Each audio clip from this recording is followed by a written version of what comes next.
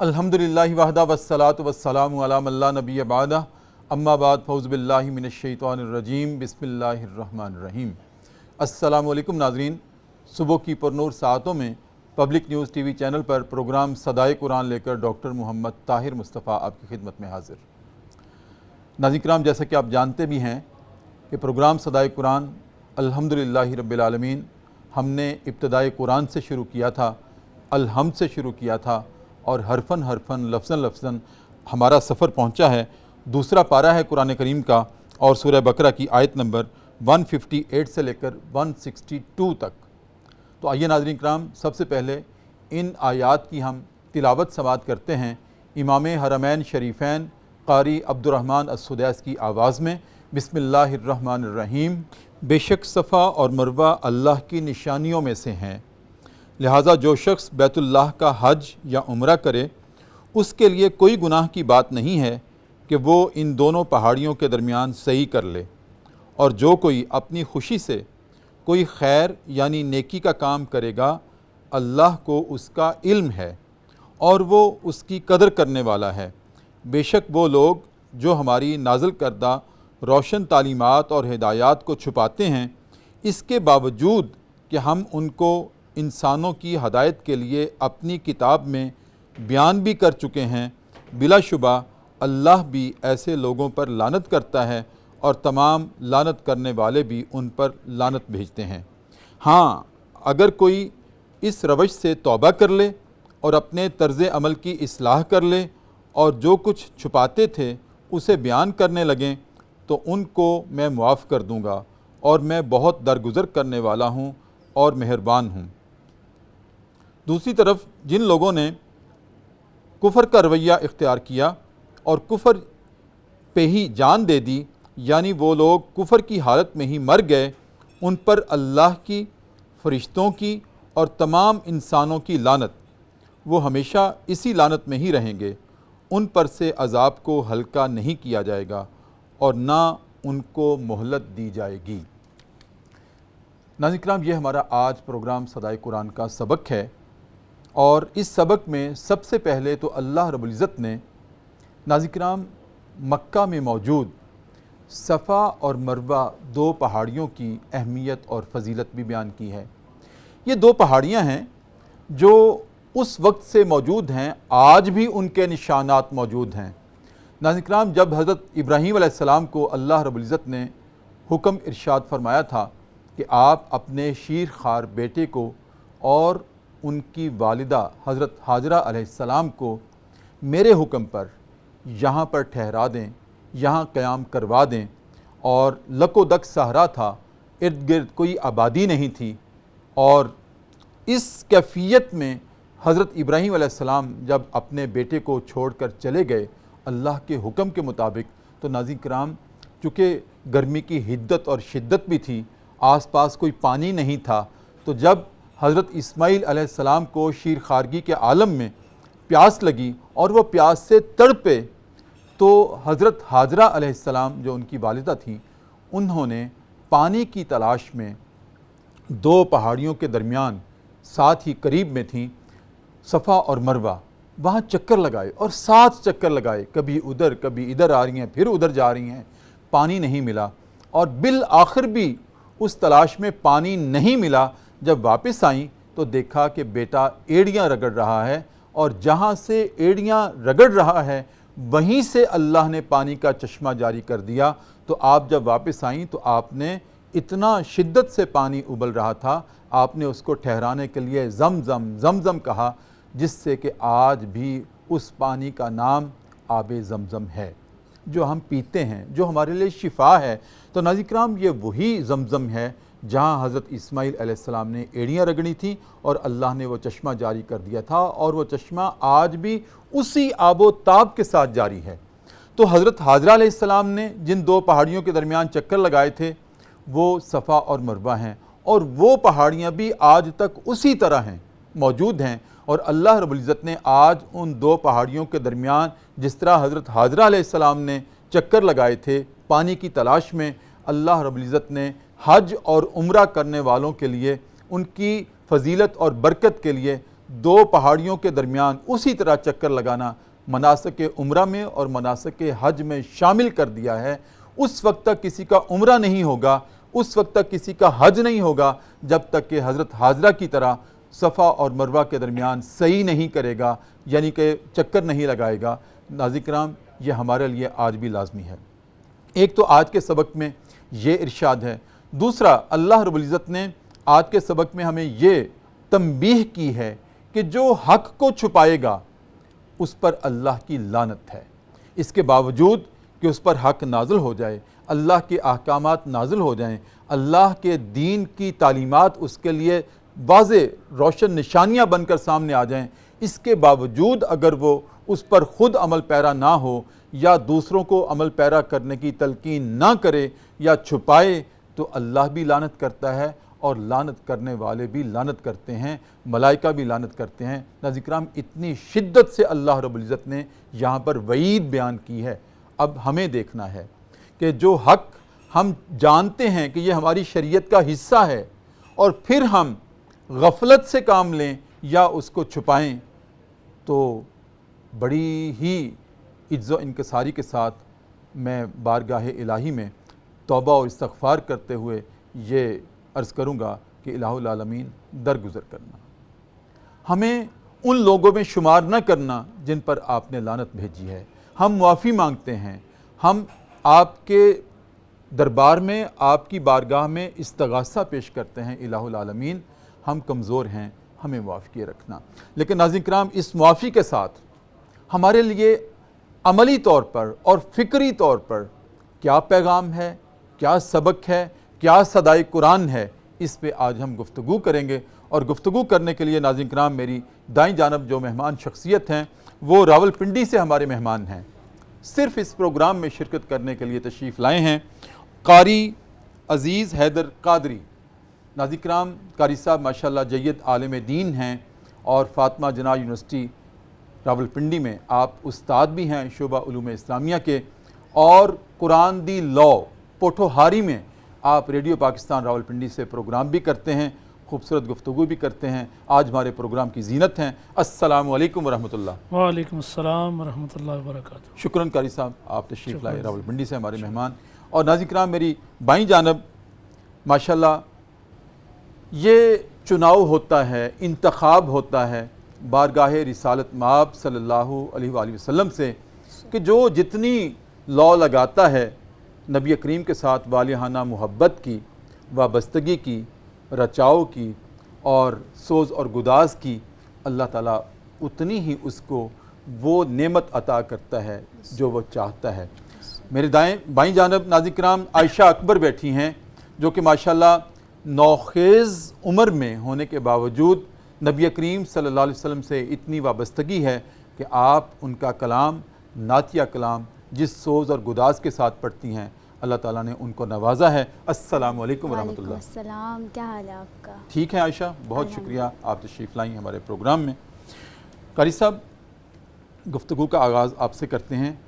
Programme صدائے قرآن کا مقدمہ میں نے آپ کے سامنے رکھا ہے کہ الحمدللہ رب العالمین، یہ میڈیا کا، ٹیلی ویژن کی دنیا کا، میں سمجھتا ہوں پوری دنیا میں پہلا پروگرام ہے کہ جس میں ہم پوری ترتیب اور تسلسل کے ساتھ لفظاً آج جس آیت پہ پروگرام ختم ہوگا کل اگلی آیت سے شروع ہوگا، تو اس طرح public news T V channel سے قرآن کی صدا بلند ہو رہی ہے۔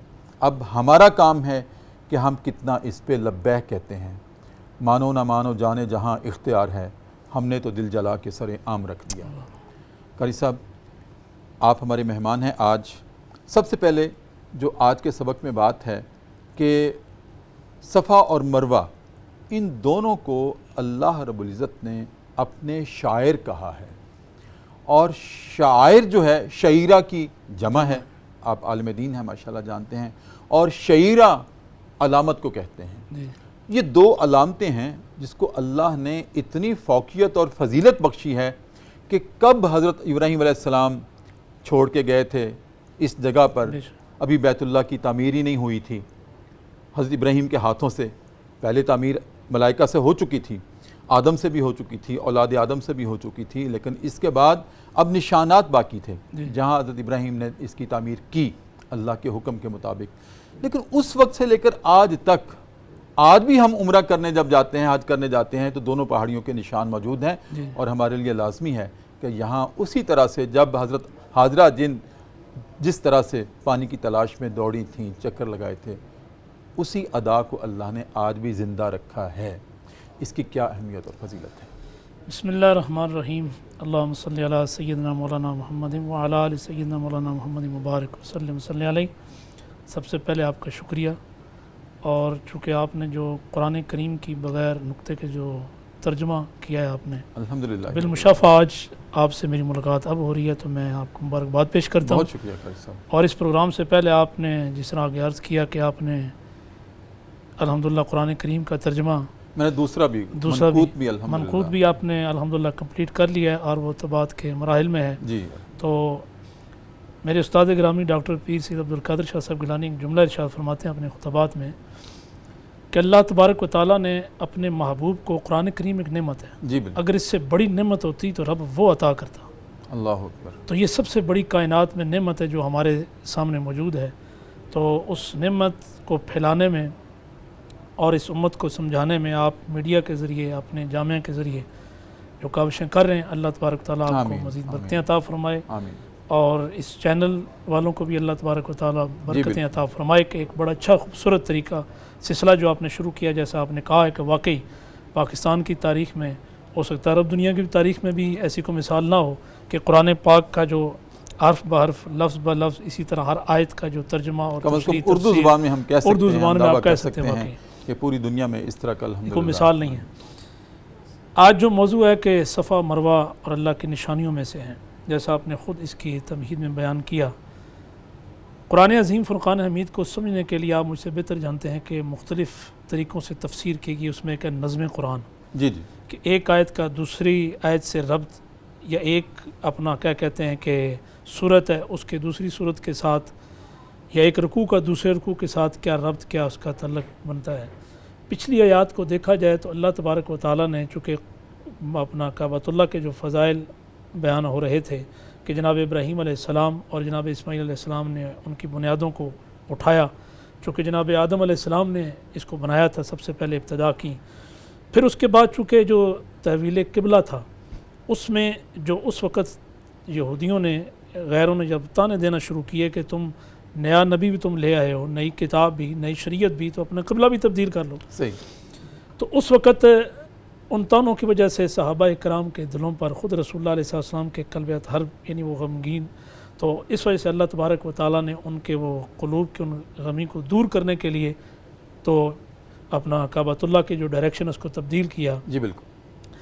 اب چونکہ کعبۃ اللہ کی جب وہ ڈائریکشن تبدیل ہوئی، اور پھر نماز کا سلسلہ کہ نماز اسی کی طرف منہ کر کے نماز پڑھی جاتی ہے، اس کے بعد چونکہ اسی کعبۃ اللہ کی طرف جا کر حج بھی ہوتا ہے اور عمرہ بھی ہوتا ہے، تو ساتھ ہی ان آیات سے جو سلسلہ پیچھے چلا آ رہا ہے، تو ساتھ یہ ارشاد فرما دی ان الصفا والمروۃ من شعائر اللہ۔ اور جیسا آپ نے بہتر کہا کہ یہ شعیرہ کی جمع، اس کا مطلب ہوتا ہے نشانی یا علامت۔ جی، نشانی کا کیا مطلب ہوتا ہے کہ کسی چیز کو دیکھ کر کسی کا تعارف ہو جائے۔ ایک تو اس کا یہ معنی ہے کہ ان پہاڑیوں کو دیکھ کر اللہ کا تعارف مل جائے۔ سبحان اللہ۔ دوسرا اس کا معنی یہ بھی کیا جاتا ہے کہ کسی چیز کو دیکھ کر کوئی یاد آ جائے۔ اللہ اکبر۔ تو یہ جو پہاڑیاں ہیں، جو آج ایک نشانات ہیں، ان کو دیکھ کر خدا کی یاد آ جائے، یہ بھی مفہوم بنتا ہے، یا خدا کے انبیاء کی یاد آ خدا جائے، کے انبیاء کی۔ برگزیدہ انبیاء۔ یہاں میں یہ بھی جملہ کہنا چاہوں گا کہ دیکھیں، حج اور جو عمرہ ہے، یہ دراصل اللہ کے پیاروں کی اداؤں کا نام ہے۔ سبحان اللہ، سبحان لیکن کعبۃ اللہ کا طواف کیا جاتا ہے تو خدا تو طواف کرنے سے پاک ہے، وہ تو خدا نے خود نہیں طواف کیا، کہ جناب آدم علیہ السلام نے جب وہ کعبۃ اللہ کی تعمیر فرما چکے، تو اس کے بعد دیکھا کہ میں نے یہ بلڈنگ بنائی ہے، رب کا گھر بنایا، کیسے بنایا ہے، اس کے گرد طواف کیا، چکر لگائے۔ اب رب کا حکم نہیں تھا، وہ تو انہوں نے اپنی مرضی سے، لیکن رب کو وہ ادا پسند آ گئی، کہا کہ جب تک حاجی یا کوئی عمرہ کرنے والا یہیں سے ابتدا کرے گا تو اس کا حج اور عمرہ سٹارٹ ہوگا، قبول ہوگا۔ اسی طرح دیکھیں یہ جو سیدہ حاجرہ سلام اللہ علیہ، اچھا پھر پچھلی آیات کو اگر دیکھا جائے، اس میں چونکہ صبر کے بارے میں اللہ تبارک تعالیٰ نے ارشادات فرمائے ہیں کہ ان اللہ مع الصابرین، کہ جب شہید کا ذکر ہوا کہ شہید زندہ ہیں، اس کے بعد یہ کہا کہ جو لوگ جن کو اللہ آزمائش میں ڈالتا ہے اور وہ بھوک، افلاس، ملک، اپنے کیا کہتے ہیں مال، جان، ان سب کی وہ قربانی رب کی بارگاہ میں پیش کرتے ہیں، پھر صبر کا ذکر کر کے فرمایا کہ ان کے لیے رحمتیں اور برکتیں ہیں۔ یہاں بھی دیکھا جائے تو صبر والا معاملہ یہاں بھی موجود ہے کہ جیسا حضرت ابراہیم علیہ السلام جب سیدہ ہاجرہ کو اور حضرت اسماعیل علیہ السلام کو چھوڑ کر واپس جانے لگے تو حضرت سیدہ ہاجرہ نے پیچھے سے آواز دی کہ آپ ہمیں یہاں کیوں چھوڑ کر جا رہے ہیں، کس کے سہارے پہ کس کے سہارے پر، نہ کوئی پانی ہے، نہ کوئی یہاں کوئی قبائل سسٹم قریب ہے، نہ کوئی لوگ ہیں، نہ کوئی شہر۔ اب تو اللہ کی وہ کیا کہتے ہیں ان کی دعائیں، رب کی برکتیں کہ دنیا کائنات کا ہر پھل، ہر سبزی، دنیا کے ہر نسل کا انسان وہاں ہر وقت موجود ہوتا ہے۔ تو اس وقت جب 3 مرتبہ کہا تو آگے سے پھر انہوں نے عرض کی چوتھی مرتبہ کہ کیا یہ اللہ کا حکم ہے یا آپ اپنی مرضی سے؟ تو جناب ابراہیم علیہ السلام نے کہا یہ اللہ کے حکم ہے۔ تو اس وقت سیدہ ہاجرہ دیکھیں کہ وہ حضرت ابراہیم علیہ السلام کی زوجہ اہلیہ کہ وہ کیسی پاک خاتون تھی، ان کا اگر اللہ کا حکم ہے تو پھر میں اس حکم پر راضی برضا ہوں۔ مفتی صاحب آپ کی اجازت سے ایک وقفہ لے لوں اور وقفے کے بعد دوبارہ آپ سے ہم کلام ہوتے ہیں۔ ناظرین کرام، پروگرام صدائے قرآن ہے، بہت خوبصورت گفتگو کا آغاز ہے۔ راولپنڈی سے ہمارے مہمان ہیں جناب قاری عزیز حیدر، اور وقفے میں ہم جایا کرتے ہیں دربار رسالت میں اور اپنے نبی کریم صلی اللہ علیہ وآلہ وسلم کی ذات اقدس پر ایک مرتبہ درود کریم کا نذرانہ پیش کریں گے اور واپس آئیں گے۔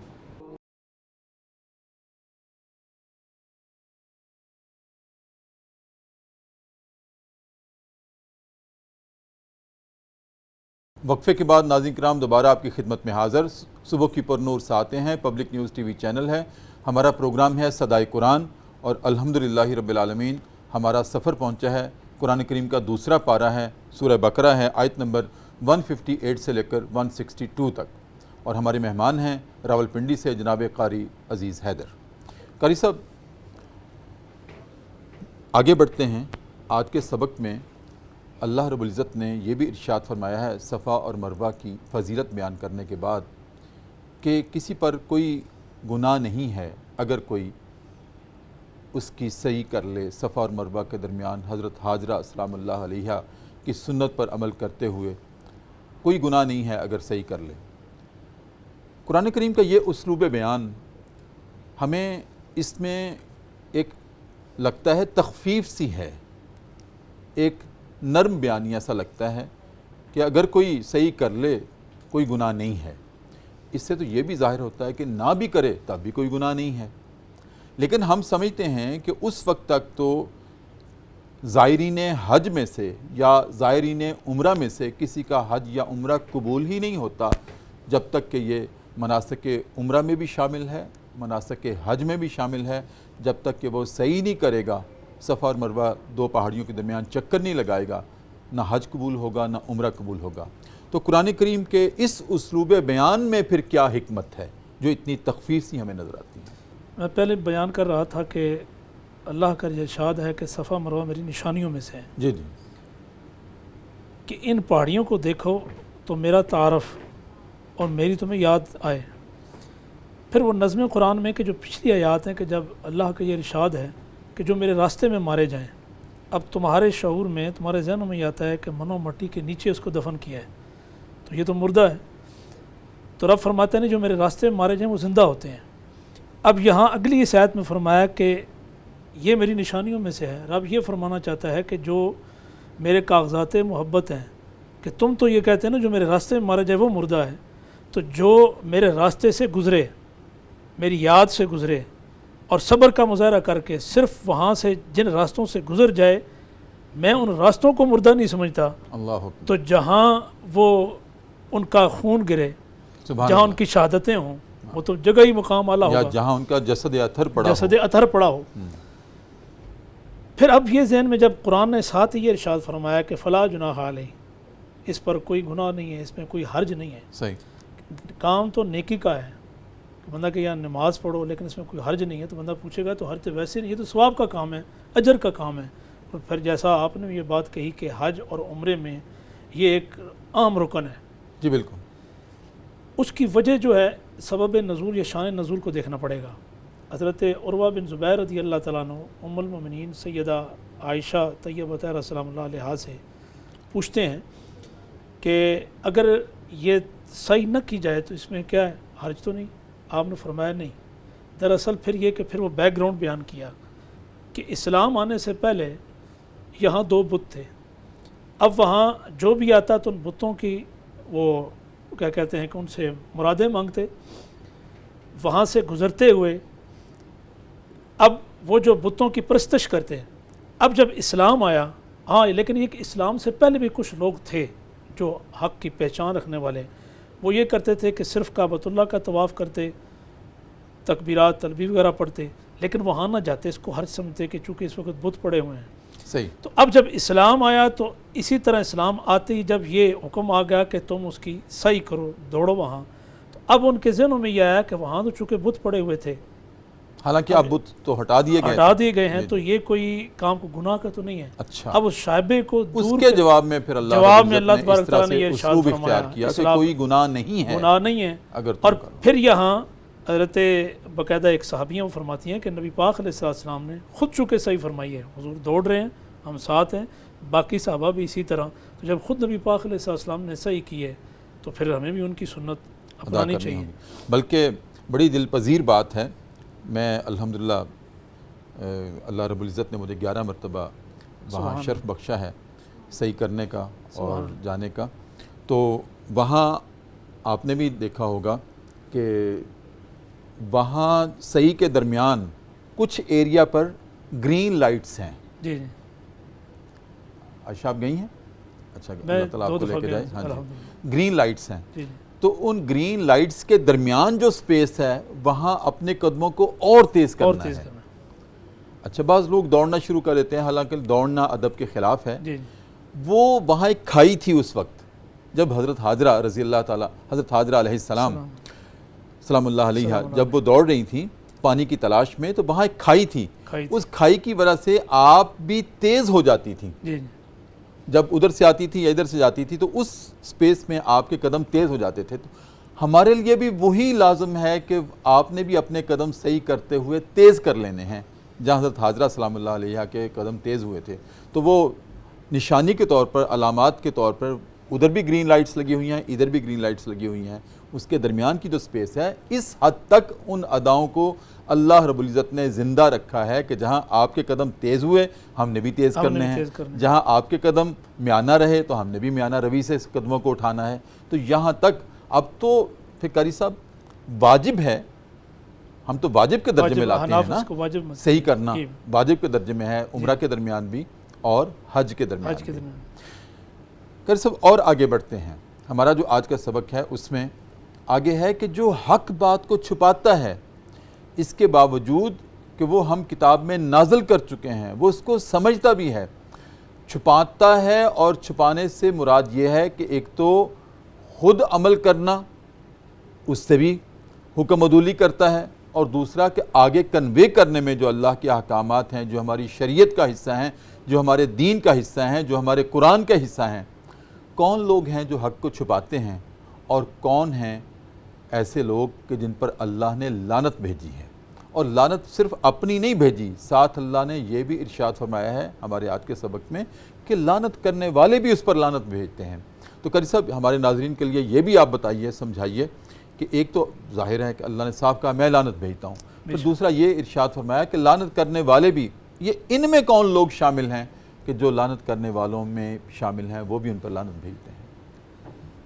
اس آیت میں مفسرین لکھتے ہیں 2-3 میں نے سوال آپ کے سامنے رکھے کہ یہود و نصارہ اس سے مراد ہیں، اور وہ چھپاتے کیا تھے، وہ کون سا حق تھا جو چھپاتے تھے؟ وہ جو تورات میں، انجیل میں نبی کریم رؤوف رحیم علیہ السلام کے فضائل اور کمالات تھے، وہ چھپاتے تھے. نبی کریم صلی اللہ علیہ وسلم، نبی کریم علیہ السلام کی طرف جو حلیہ مبارک جو آپ کی مدح نازل ہوئی تھی، مدح نازل ہوئی کہ، اور جناب موسیٰ علیہ السلام اکثر خطبوں میں یہ بتلایا کرتے کہ اللہ نے مجھے کلیم بنایا ہے، رب نے مجھے یہ شانیں عطا کی ہیں، لیکن ہمارا سردار بھی آئے گا. اچھا، ہمارے سردار بھی آئیں گے جو آخری نبی ہوں گے، نبی خاتم ہوں گے. اور عیسیٰ علیہ السلام کا تو وہ خطبے کے الفاظ موجود بھی ہیں کہ مبشرم برسول یاتی من بعد اسمہ احمد، کہ میرے بعد ایک آئیں گے اور ان کا نامی اس میں گرامی احمد ہوگا.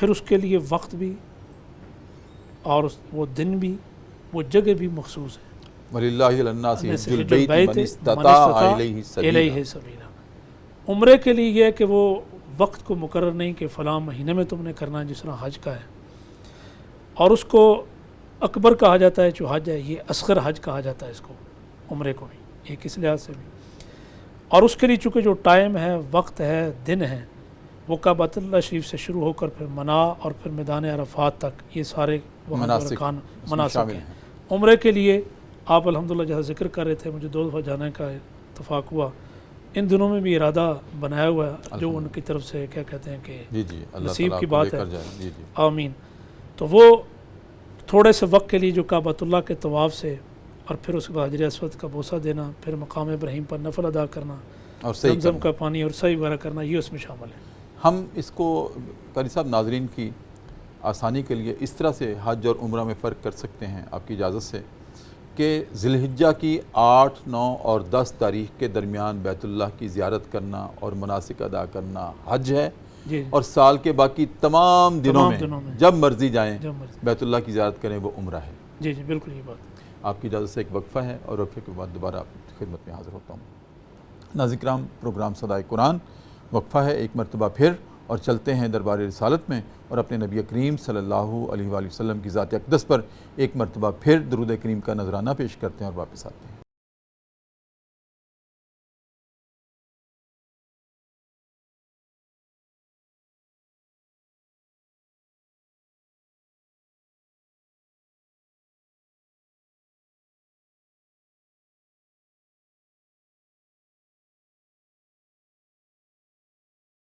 وقفے کے بعد ناظرین کرام دوبارہ آپ کی خدمت میں حاضر. صبح کی پرنور سے آتے ہیں, public news T V channel ہے, ہمارا پروگرام ہے صدائے قرآن, اور الحمدللہ دوسرا پارہ ہے قرآن کریم کا, اور ہمارا سبق ہے سورہ بقرہ کی آیت نمبر 158 سے لے کر 162 تک. قاری صاحب, آج کے سبق میں آگے پھر ایک خوشخبری ہے جہاں وعید ہے, ساتھ ہی اللہ رب العزت کی طرف سے نوید بھی ہے. نوید کیا ہے کہ جو کوئی تم میں سے توبہ کر لے پھر میں اس کو معاف کرنے والا ہوں, جو اپنی روش سے باز آ جائے. ایک تو قاری صاحب یہ فرمائیں کہ توبہ کی حقیقت کیا ہے, ٹھیک ہے, اور پھر اللہ کی طرف سے جو رحمتوں کی بارش ہوتی ہے وہ کس طرح سے ہوتی ہے. چونکہ اس سے مراد یہود و نصارہ تھے کہ وہ اصل میں جو دین تھا اصل اس کو وہ چھپاتے رہے. جی جی اب یہاں اللہ نے یہ ارشاد فرمایا کہ اگر وہ جی توبہ کر لیں, اپنی اصلاح کر لیں, لیکن کس معنی میں جی جی کہ وہ اسلام کو قبول کر لیں. یہاں اسلام کا ذکر نہیں ہے, کوئی کہہ سکتا ہے جی اسلام کا ذکر نہیں ہے, اس لیے کہ وہ اسلام قبول کریں گے تو حق کو وہ مانیں گے. صحیح. اسلام کو قبول کرنا ہی ان کے لیے حق کو ماننا ہے, نہیں تو وہ اگر اسلام میں نہیں آئیں گے تو وہی مطلب تو یہی ہوگا کہ وہ حق کو چھپا رہے ہیں. تو اس معنی میں اگر وہ اسلام کو قبول کر لیں گے تو پھر اللہ تبارک و تعالیٰ ان کی اس توبہ کو, اس معاملے کو معاف فرما دے گا. صحیح. اور رب کی بارگاہ میں توبہ یہ کائنات میں ایک ایسا دروازہ ہے کہ بادشاہوں کے دروازے تو کبھی کھلتے ہیں کبھی بند ہوتے ہیں, یہ تو سلسلہ قیامت تک اسی طرح ہے. حضرت امام سجاد امام زین العابدین رضی اللہ عنہ کی مجھے وہ بات یاد آ گئی. آپ ساری رات چونکہ جاگ کر اللہ کی بارگاہ میں وہ گزارتے تھے, تو خادم کہتا ہے کہ آپ رات کو عبادت میں مصروف ہیں, عبادت کے بعد دعا میں عرض کرتے ہیں مولا اب بادشاہوں کے دروازے بند ہیں, بادشاہ سارے آرام کر رہے ہیں دنیا کے, لیکن تیرا دروازہ ہمیشہ کھلا ہے. تو کہ انسان کو یہاں صرف یہود و نصارہ تو مفسرین کہتے ہیں وہ تو مراد ہیں ہی ہیں, باقی کوئی بھی اگر کوئی یہ صدائے قرآن ہے ہاں ہمارے لیے, حق کو چھپاتا ہے یا اس نے کسی وجہ سے چھپا لیا ہے, گواہی کو چھپا لیا ہے, جیسا آج کل ہمارے معاشرے میں اگر سوسائٹی میں دیکھا جائے کہ بہت سارے جو گناہ ہیں, بہت سارے عیب ہیں, ان میں ایک یہ بھی ہے کہ حق کو چھپانا. صحیح. تو اس کے لیے موقع ہے, رب کا دروازہ ہمیشہ کھلا ہے کہ وہ توبہ کر لیں, تو اللہ تبارک و تعالیٰ اس کی توبہ قبول کر لے گا. اس لیے نبی کریم رؤوف رحیم علیہ السلام کا فرمان ہے کہ قیامت والے دن جو حق کو چھپائے گا اس کو اس کے اپنا کیا کہتے ہیں کہ زبان آگ کے انگارے سے یا آگ کا پہناوا اس کو پہنایا جائے گا کہ جو اس نے حق کو چھپایا تھا.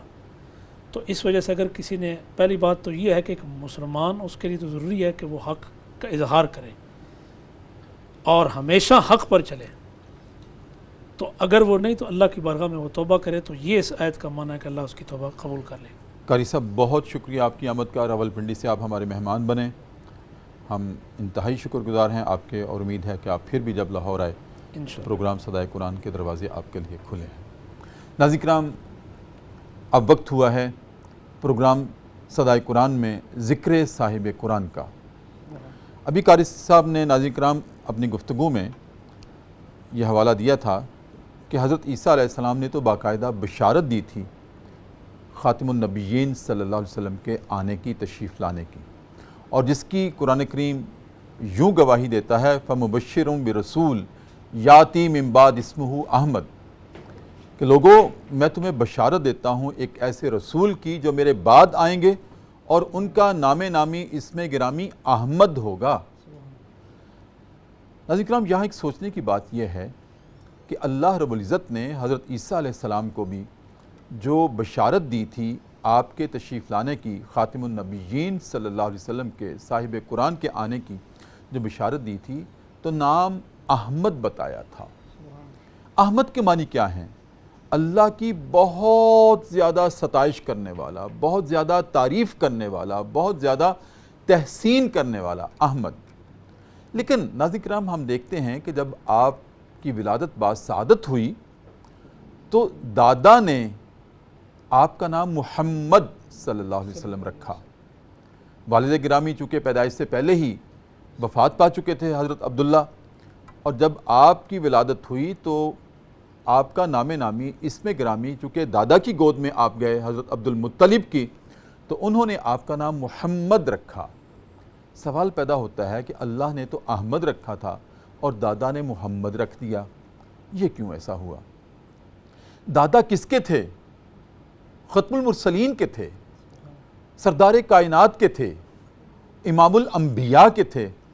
اگر آپ اتنے حکیم تھے تو آپ کے دادا بھی اتنی حکمت والے تھے، آپ کا عالی نسب تھا نا، تو اس عالی نسب ہونے کی وجہ سے دادا کو یہ یقین ہو گیا تھا کہ میرا پوتا کائنات میں اس کی اتنی تعریف کی جائے گی، خود اس کی اتنی تعریف کی جائے گی، یہ احمد ہے، لیکن احمد ہونے کے ساتھ ساتھ یہ اللہ کی تعریف کرے گا میرا پوتا، لیکن اللہ کی تعریف کے بدلے میں خود اس کی اتنی تعریف کی جائے گی، اتنی تعریف کی جائے گی، اتنی تعریف کی جائے گی کہ یہ محمد ہو جائے گا۔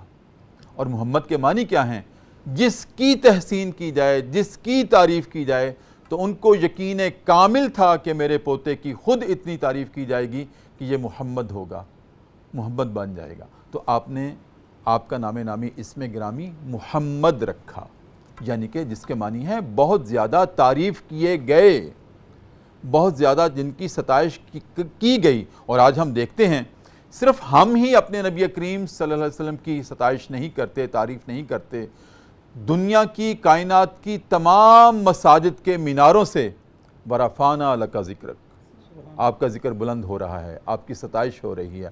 اشہد ان لا الہ الا اللہ واشہد ان محمدا عبدہ ورسولہ کی ترانے گائے جا رہے ہیں، ہر زبان سے، ہر کلمے میں آپ کا نام نامی اسم گرامی شامل ہے، اور یہ قیامت تک آپ کی تعریف ہوتی رہے گی۔ ایک تو ناظرین کرام ذکر صاحب قرآن میں یہ بات عرض کرنی تھی جو میں نے قاری صاحب کی گفتگو سے اخذ کی۔ دوسرا، آج میں نے آپ کو بتانا تھا کہ نبی کریم صلی اللہ علیہ وسلم گفتگو کیسے کرتے تھے، آپ کا انداز تکلم اور اسلوب تکلم کیا تھا۔ ناظرین کرام، نبی کریم صلی اللہ علیہ وسلم جب گفتگو فرماتے تھے تو بڑی نرم خوئی سے گفتگو فرماتے تھے آپ، اس میں ترش روئی نہیں ہوتی تھی، آپ اپنے مخاطب کو سامنے رکھ کر گفتگو کا لیول رکھتے تھے۔ اگر بہت کوئی مفکر اور مدبر ہے آپ کے سامنے، فصاحت و بلاغت رکھتا ہے، تو آپ بھی فصاحت و بلاغت کے ساتھ گفتگو کرتے تھے۔ اگر آپ کے سامنے عام انسان ہے تو اس کی رسائی تک جیسے الفاظ کا انتخاب ہونا چاہیے تھا وہ الفاظ آپ استعمال کرتے تھے۔ اور ناظرین کرام، نبی رحمت صلی اللہ علیہ وسلم جب گفتگو فرماتے تھے تو الفاظ اتنے ٹھہر ٹھہر کر ادا کرتے تھے کہ جو سامع ہوتا تھا، جو سننے والا ہوتا تھا، وہ آپ کے الفاظ کو گن سکتا تھا کہ اس جملے میں نبی کریم صلی اللہ علیہ وسلم نے کتنے الفاظ ادا کیے ہیں۔ اتنی ٹھہر ٹھہر کے آپ گفتگو کرتے تھے، اور اگر آپ نے کسی بات پہ زور دینا ہوتا تھا اپنی گفتگو کے دوران تو یہاں پر ایسے ہاتھ مارتے تھے، ایسے ہاتھ رکھ کر زیادہ زور کے ساتھ گفتگو کرتے تھے، اور اگر کسی کی طرف اشارہ کرنا ہوتا تھا گفتگو کے دوران تو پورا ہاتھ کھڑا کرتے تھے، اور اگر حیرانی کا اظہار کرنا ہوتا تھا گفتگو کے دوران تو ایسے ہاتھ کو پلٹا کرتے تھے جیسے ہم بھی ایسے کرتے ہیں۔ یہ کیا بات ہوئی؟ تو یہ نبی کریم کی سنت ہے جو ہماری فطرت میں آئی ہوئی ہے۔ ہم بھی جب بات کرتے ہیں حیرانی کے ساتھ تو ایسے کرتے ہیں، یہ ایسے کیسے ہو گیا؟ تو آپ بھی نبی رحمت صلی اللہ علیہ وسلم، نبی کریم صلی اللہ علیہ وسلم، صاحب قرآن صلی اللہ علیہ وسلم، آپ بھی گفتگو کے دوران ایسے ہی کرتے تھے، جب حیران ہوتے تھے ایسے اپنے ہاتھ کو پلٹتے تھے۔ تو ناظرین کرام، یہ آپ کا انداز تکلم تھا، اور زیادہ طور پر آپ ضرورت سے زیادہ گفتگو نہیں کرتے تھے، جہاں نہیں ضرورت تھی آپ خاموشی اختیار کرتے تھے۔ تو ناظرین کرام، یہ سب کچھ ہمارے لیے ہے، صدائے قرآن بھی اور صدائے صاحب قرآن بھی، تاکہ ہماری فکر و عمل کی تطہیر ہو جائے اور ہمارا ہر عمل، ہماری ہر سوچ قرآن کے مطابق اور صاحب قرآن کے مطابق ہو جائے۔ ناظرین کرام، اسی پہ اکتفا کرتے ہیں۔ اپنے میزبان ڈاکٹر محمد طاہر مصطفیٰ کو اجازت دیجیے، اپنا بہت خیال رکھیے۔ اور ناظرین کرام، اب میں آخر میں عائشہ اکبر سے گزارش کروں گا کہ وہ بارگاہ رسالت مآب صلی اللہ علیہ وآلہ وسلم میں اپنی خوبصورت آواز کے ساتھ، سوز کے ساتھ، گداز کے ساتھ، رچاؤ کے ساتھ نذرانہ عقیدت پیش کریں۔ آپ کی رحمتوں کا دریا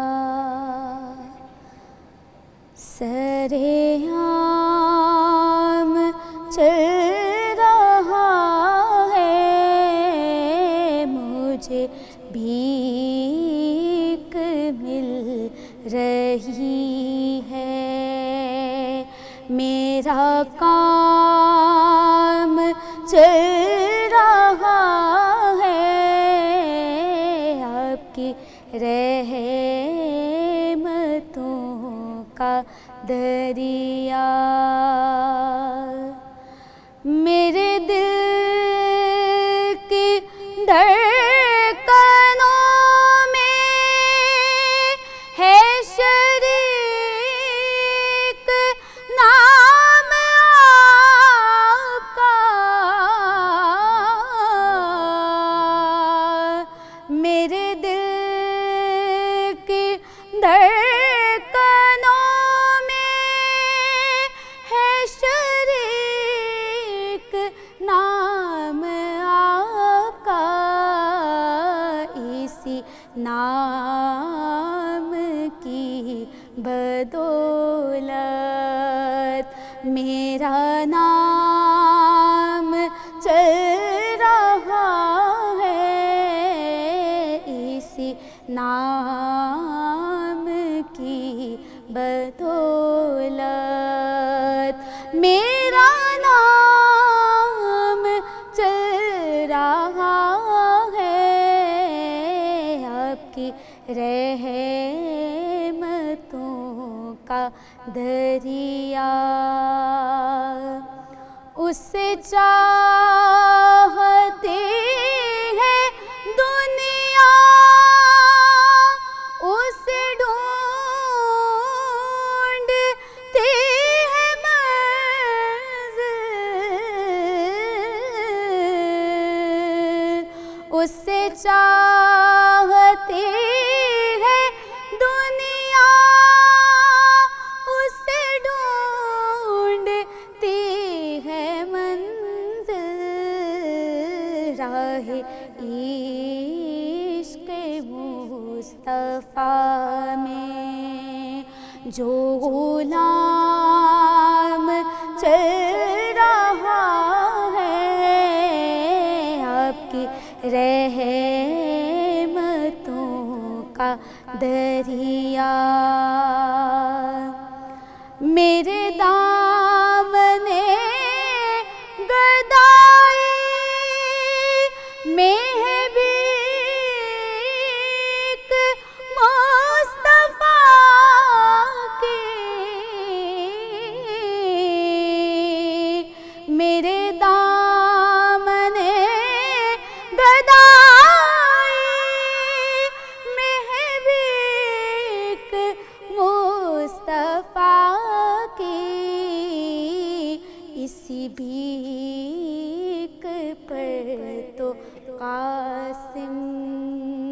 میرا کام چل رہا ہے اسی بھیک پر تو قاسم میرا کام چل رہا ہے آپ کی رحمتوں